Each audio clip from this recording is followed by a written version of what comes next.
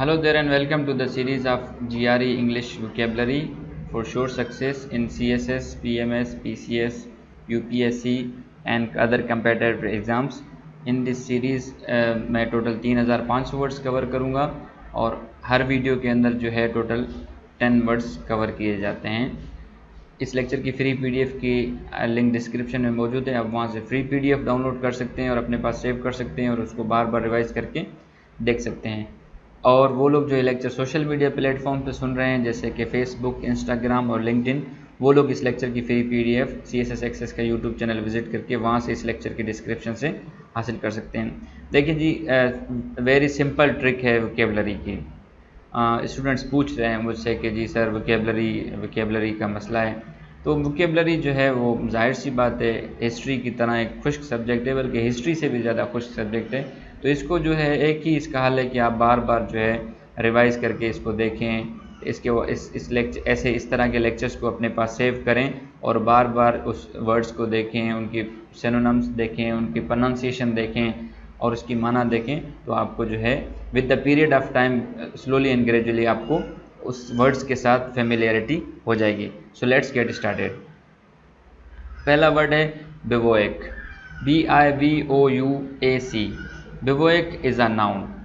इसका माना है a temporary camp or shelter without a tent that is made and used especially by people climbing mountains or by soldiers। एक आर्जी तौर पे कोई शेल्टर ठिकाना जो इस्तेमाल किया जाता है किन लोगों के बहुत ज़्यादातर कौन लोग इस्तेमाल करते हैं, या तो वो लोग जो पहाड़ों पे चढ़ते हैं या सोल्जर्स इस्तेमाल करते हैं प्रैक्टिकली। वैसे कोई भी इस्तेमाल कर सकता है जब कोई हाइकिंग पे जाता है या बंदा कोई ट्रिप पे जाता है कहीं माउंटेन या हिली एरियाज़ में, तो आम लोग भी करते हैं, लेकिन यूजुअली जो है अक्सर तौर पर सोल्जर्स और वो लोग जो क्लाइंबिंग करते हैं वो लोग इस्तेमाल करते हैं। आर्जी खेमा और पड़ाव इसका उर्दू में इसका माना है। एग्जाम्पल है the children made a bivouac at the bottom of the garden with some pales and an old blanket. कह रहा है बच्चों ने जो है एक आर्जी तौर पे खेमा लगाया या पड़ाव किया गार्डन के नीचे, किससे? पोल्स और ब्लैंकेट से। यानी उसमें ब्लैंकेट्स और पोल लगा के उन्होंने एक आर्जी तौर पे अपना छोटा सा खेमा लगाया खेलने के लिए। नेक्स्ट वर्ड है black ball. Black ball verb है, इसका माना है to prevent somebody from joining a club, group or by voting against them. किसी शख्स को कोई क्लब या ग्रुप ज्वाइन करने से मना करना और उनके खिलाफ अपनी राय का इजहार करना। खिलाफ राय के इजहार करने को भी ब्लैक बॉल कहते हैं। उर्दू माना इसका नामंजूर और खिलाफ राय। एग्जाम्पल है he was black balled when he tried to join the country club. कब उसको रोका गया? वो कंट्री क्लब ज्वाइन करने की जैसे ही उसने कोशिश की तो उसको क्या किया? उसको रोका गया, उसके खिलाफ जो है अपनी वोटिंग की गई, उसके अगेंस्ट वोटिंग की गई कि जी आप इस कंट्री क्लब को ज्वाइन ना करें। लेट्स सपोज कि जी पाकिस्तान जो है वो चाइना का क्लब ज्वाइन करता है या जो ऐसे कम्युनिस्ट रीजन का क्लब ज्वाइन करता है, तो उसके खिलाफ अगर कोई अवाम जो है पाकिस्तान की वो अपनी राय का इजहार करते हैं कि जी आप वहाँ ज्वाइन ना करें या अमेरिका को ज्वाइन न करें, तो वो होता है ब्लैक बॉल, यानी मना करना। तीसरा वर्ड है ब्लेंच। ब्लेंच भी वर्ब है, इसके दो माना हैं। पहला माना है to become pale because you are shocked or frightened, खौफ की वजह से जर्द पड़ जाना। जाहिर सी बात है जब आपको ऐसा कोई सदमा या कोई ऐसी डरावनी चीज़ आए तो बंदे के जो रंग है वो उड़ जाता है, हवाइयाँ उड़ जाती हैं और वो खौफ की वजह से जर्द पड़ जाता है, तो उस एक्शन को कहते हैं ब्लेंच। एग्जाम्पल है he blanched visibly when he heard the news. उसने जब खबर सुनी तो उसका जर्द रंग जो है वो जर्द पड़ गया। दूसरा इसका माना है to prepare food specially vegetables by putting it into boiling water for a short period of time. सब्जियों को उबालने के लिए पानी में डाल देने को भी कहते हैं ब्लेंच। एग्जाम्पल है blanch the piece quickly before you freeze them. जल्दी से पीस को जो है उबालो, ऐसा ना हो कि तुम उन्हें जमा दो। चौथा वर्ड है ब्लैंड। ब्लैंड एडजेक्टिव है, इसके तीन माना हैं। पहला माना है विद लिटिल कलर, एक्साइटमेंट और इंटरेस्ट। या तो कलर में डिम हो, मध्यम जिसको कहते हैं, मध्यम कलर, डिम सा, एक्साइटेड में जोश जज्बा ना हो या शौक ना हो, इन तीनों चीज़ों की कमी को कहते हैं blind. Without anything to attract attention, यानी कोई ऐसी चीज़ नहीं है कि जिस यानी कहते हैं ना कि जी उसकी खूबसूरती ऐसी थी कि लोग उसको देखने के लिए खड़े हो जाते हैं, तो वो अट्रैक्शन और वो किसी चीज़ में ना हो तो उसको कहते हैं ब्लैंड।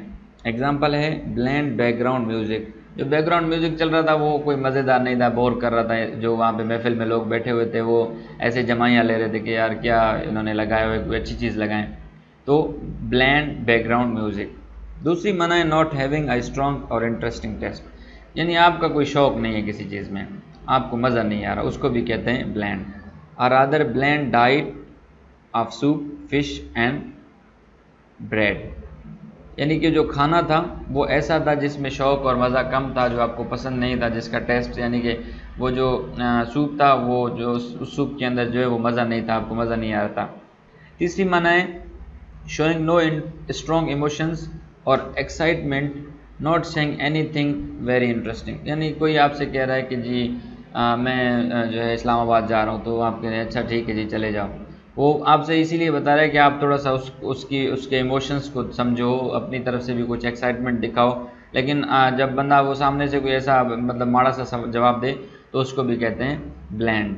एग्जाम्पल है after the meeting a bland statement was issued, meeting के बाद होता यह है कि अगर फॉर एग्जाम्पल 2 कंट्रीज़ के कोई सरबराह विज़िट करते हैं तो उसके बाद जो मीटिंग के बाद जो स्टेटमेंट जारी की जाती है उसमें गर्म जोशी होती है, उसमें बड़ा एक्सचेंज ऑफ आइडियाज़ होती है, उसमें चेहरे खिले खिले होते हैं, लेकिन यहाँ पे स्टेटमेंट जो थी वो डल सी थी, कोई उसमें इमोशंस और एक्साइटमेंट शो नहीं की गई।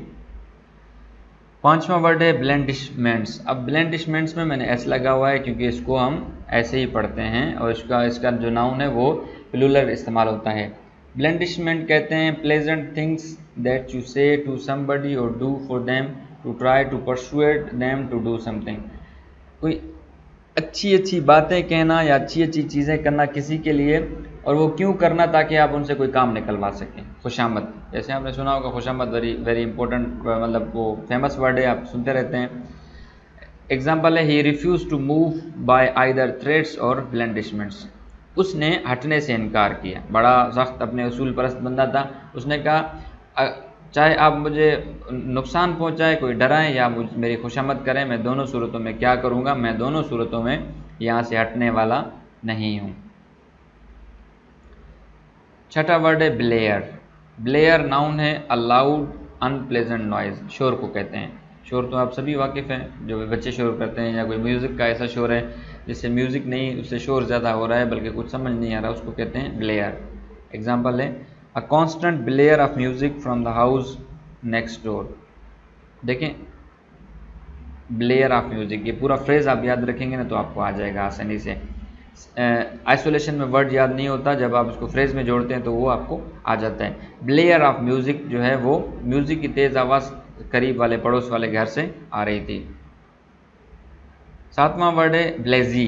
इसको ब्लेजी पढ़ते हैं, ई पे थोड़ा सा जोर देते हैं। इसका माना है नॉट इम्प्रेस्ड, एक्साइटेड और worry about something because you have seen और experienced it many times before.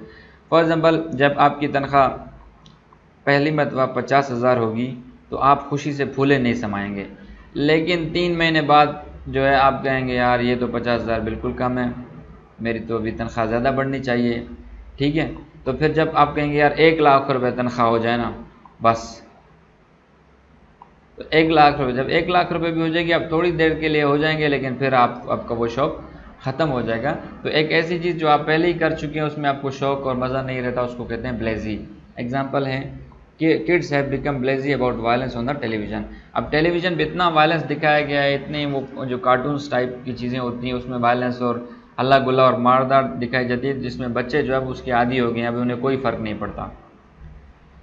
आठवां वर्ड है ब्लेटेंट। ब्लेटेंट एडजेक्टिव है, इसका माना है of actions that are considered bad, उन एक्शंस के बारे में जो बुरे समझे जाते हैं। Done in a obvious and open way without caring if people are shocked, बुरे काम इतनी ढिठाई के साथ करना कि लोगों की परवाह ना हो, चाहे उन्हें बुरा लगता है बुरा लगे, उसको कहते हैं ब्लेटेंट। उधम मचाने वाला, शोर मचाने वाला कहते हैं ब्लेटेंट। सिनोनिम है फ्लैग्रेंट। एग्जाम्पल है a blatant attempt to buy votes, यानी कि जो, अब जाहिर सी बात है वोट तो होता है कि हर कोई अपना सीक्रेट चीज़ होती है, वो हर कोई अपने ज़मीर का फैसला करता है कि मैंने किसको देता है, लेकिन वोट ख़रीदने की जो भोंडी हरकत की गई, वो जो हरकत थी वो इतनी ओपन थी कि लोग सरेआम पैसे दे के वोट ख़रीद रहे थे। तो उसमें ये भी नहीं फिक्र की जा रही थी कि लोगों के जज्बात से मजरूह होंगे, या जो डेमोक्रेसी है वो कंप्रोमाइज़ होगी, या जो हमारी मेरिट है उस पर कंप्रोमाइज़ होगा। उन्होंने उसकी परवाह किए बगैर वो वोट्स जो हैं बाय कर रहे थे। सेकेंड लास्ट वर्ड है bleak. Bleak most usable word है, बार बार यूज़ होता है। इसके 3 माना हैं। पहला है ऑफ अ सिचुएशन, अगर कोई ऐसी हालत है, सिचुएशन है जो not encouraging or giving any reasons to have hope, तारीख, यानी कुछ भी नज़र नहीं आ रहा, ऐसी हालत है कि अब हर तरफ अंधेरा ही अंधेरा है, उसको कहते हैं ब्लीक। एग्जाम्पल है the future looks bleak for the fishing industry, जो फिशिंग इंडस्ट्री है उसका मुस्तकबिल जो है वो तारीक नज़र आ रहा है। दूसरी माना है ऑफ वेदर कोल्ड और अनप्लेजेंट, जब मौसम जो है वो शदीद सख्त हो, शदीद सर्द हो, तो उसको भी कहते हैं ब्लीक, अ ब्लीक विंटर्स डे।